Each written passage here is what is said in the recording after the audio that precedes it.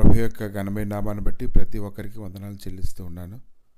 ఆశ్చర్యకరుడైనటువంటి దేవుని గురించి ఈ ఉదయకాలాన్ని ధ్యానించడం అది మనకెంతో మంచిది. ఆయన చేసినటువంటి గొప్ప కార్యాలను బట్టి, ఆయన తీసుకున్నటువంటి శ్రద్ధను బట్టి, ఆయన నడిపిస్తున్న విధానాన్ని బట్టి అనేక విషయాల్లో మన ప్రాణాలు తెప్పరిల్లినట్లుగా కృపను పొందుతూ ఉన్నాము. నిర్గమకాండము 14వ అధ్యాయము 29వ వచనంలో, అయితే ఇశ్రాయేలు ఆరిన నేలను సముద్రం మధ్యన ఉన్నప్పుడు ఆ నీళ్లు వారి కుడి ఎడమ ప్రక్కలను గోడవలే ఉండెను. ప్రభు అయితే ఒక అద్భుతాన్ని జరిగించడాన్ని మనం అక్కడ చూస్తూ ఉన్నాము. అయితే ఈ అద్భుతం జరిగించడానికి ముందుగా దేవుని ఎట్లా వారి యొక్క ఉద్దేశములు ఎలాగైతే ఉన్నాయో, వారు సమస్యలు వారిని వెంబడించినప్పుడు, సమస్యలు వారిని తరుముతూ ఉన్నప్పుడు వారి హృదయస్థితి ఎలా మారిపోయిందనేది ఉదయకాలంలో మనం ధ్యానించవలసిన వారమే ఉన్నాము. నిర్గమకాండము 14వ అధ్యాయము 17వ వచనంలో ప్రభు అయితే అనుకుంటూ ఉన్నారు, ఇదిగో నేనే ఐగుప్తీయుల హృదయములను కఠినపరచుదును, వారు వీరిని తరుముదురు. నేను ఫరో వలన, అతని సమస్త సేన వలన, అతని రథముల వలనను, అతని గుర్రపు రౌతుల వలన నాకు మహిమ తెచ్చుకుందును. నేను ఫరో వలనను, అతని రథం వలనను, అతని గుర్రపు రౌతుల వలన మహిమ తెచ్చుకున్నప్పుడు నేను యెహోవానని ఇశ్రాయేలు తెలుసుకుందురన్ను. అప్పుడు ఇశ్రాయేలు ఎదుట సమూహమునకు ముందుగా నడిచిన దేవదూత వారు వెనకకు పోయి వారిని వెంబడించెను. ఆ మేఘస్తంభం వారి ఎదుటి నుండి పోయి వారి వెనక నిలిచెను. ప్రభు నీ ఎడల ఈ దినాన్ని ఎటువంటి ఉద్దేశాలు కలిగి ఉన్నాడో అది నువ్వు తెలుసుకోలేనప్పుడు నువ్వు భీతితో నింపబడతావు. ఎప్పుడైతే ఆయన ఉద్దేశాలు తెలుసుకోగలుగుతావో నువ్వు నెమ్మది నొందుతావు. ఇశ్రాయేల్ అందరి ఎడల ఆయన అయితే ఒక మంచి ఉద్దేశాన్ని కలిగి ఉండి ఎన్నో అద్భుతములు ఆశ్చర్యకార్యాలు జరిగించి ఎర్ర సముద్రం దగ్గరకు వచ్చినప్పుడు అక్కడ దాని విషయమై ఏం చేయాలనే దాని గురించి ప్రజలందరికీ తోచలేనప్పుడు దేవుడైతే ముందుగానే ఒక ఉద్దేశాన్ని కలిగి ఉండడాన్ని మనం చూస్తూ ఉన్నాము. ఇంకా నిర్గమకాండం 14:8వ వచనంలో, యెహోవా ఐగుప్తు రాజైన ఫరో హృదయమును కఠినపరపగా అతడు ఇశ్రాయేలును తరిమెను. అట్లు ఇశ్రాయేలు బలిమి చేత బయలువెలుచుండ్రి.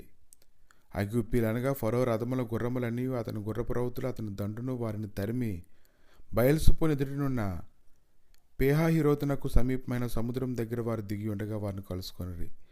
ఫరో సమీపించుండగా ఇశ్రాయేలు కనులెత్తి ఇశ్రాయేలు తమ వెనక వచ్చుట చూచి మిక్కిలి భయపడి యెహోవాకు మొరపెట్టిరి. ప్రజలైతే వారి వెనక శత్రు సైన్యం వస్తూ ఉండడాన్ని చూసినప్పుడు వారు ఎంతో భయంతో నింపబడ్డారు. వారు కలవరపడ్డారు. వెంటనే దేవుడికి మొరపెడుతూ ఉన్నారు. కానీ దేవుని యొక్క ఉద్దేశంలో వారు ఎరగకుండడం వల్ల భయం అనేది పూర్తిగా వారి హృదయాలను ఆవరించడాన్ని మనం చూస్తూ ఉన్నాం. ఇదేనా ప్రభు అయితే నీ పరిస్థితుల్లో నీకు ఆలోచన రాకమునిపే ఆయన అన్ని విషయాలు కూడా సిద్ధపరిచి ఉంచే ఉన్నారని ఉదయకాలం నువ్వు గ్రహించుకోగలగాలి.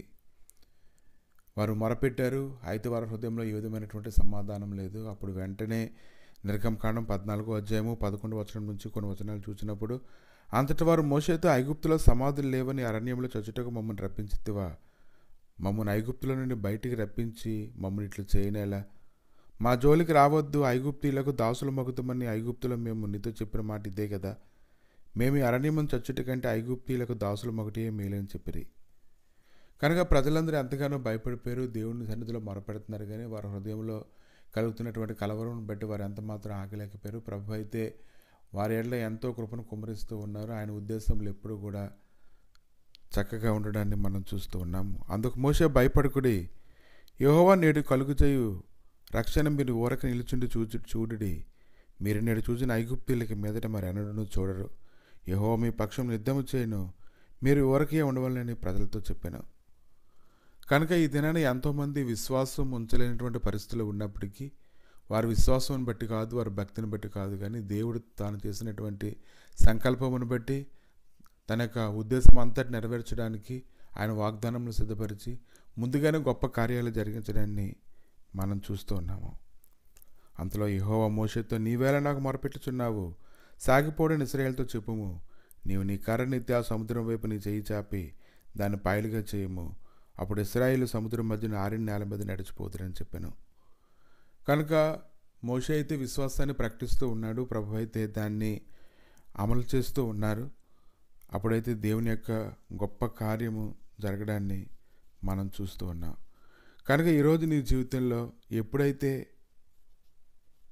ఆయనందు విశ్వాసం ఉంచుతావో ఖచ్చితంగా ఆయన యొక్క మహాత్యాన్ని చూస్తావు. నువ్వు విశ్వాసం ఉంచు, నువ్వు ప్రార్థన చేయు, ఆయన చేస్తున్నటువంటి నమ్మిక నీ హృదయంలో కలిగినంత వరకు నువ్వు సిద్ధపడి ఉండాలి. నిర్గమకాండం 14:30-31 చూసినప్పుడు, ఆ దినమున యెహోవా ఐగుప్తీయుల చేతిలో నుండి ఇశ్రాయేలును రక్షించెను. ఇశ్రాయేలు చచ్చిన ఐగుప్తీయులను సముద్ర తీరమును చూచిరి. యెహోవా ఐగుప్తీయులకు చేసిన గొప్ప కార్యమును ఇశ్రాయేలు చూచిరి కనుక ఆ ప్రజలు యెహోవాకు భయపడి యెహోవా యందును ఆయన సేవకుడైన మోషే యందును నమ్మికుంచిరి. కనుక ఈ దినాన కార్యం జరగక మునిపే దేవుడు నీ పక్షంగా ఉన్నాడని ఎరిగి నువ్వు ధైర్యంగా ఉండు. ఖచ్చితంగా ఎర్ర సముద్రం దగ్గర ఆయన్ని కార్యం జరిగిస్తారు. ప్రభువా, మీ దయగలిగిన హస్తాలకు తండ్రి అప్పగించి ప్రార్థన చేస్తుండగా నువ్వు చేసినటువంటి గొప్ప కార్యాలను బట్టి ప్రభువా నీకు వందనాలు తండ్రి.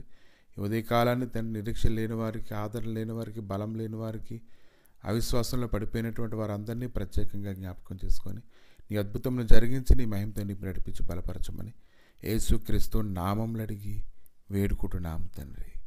ఆమేన్.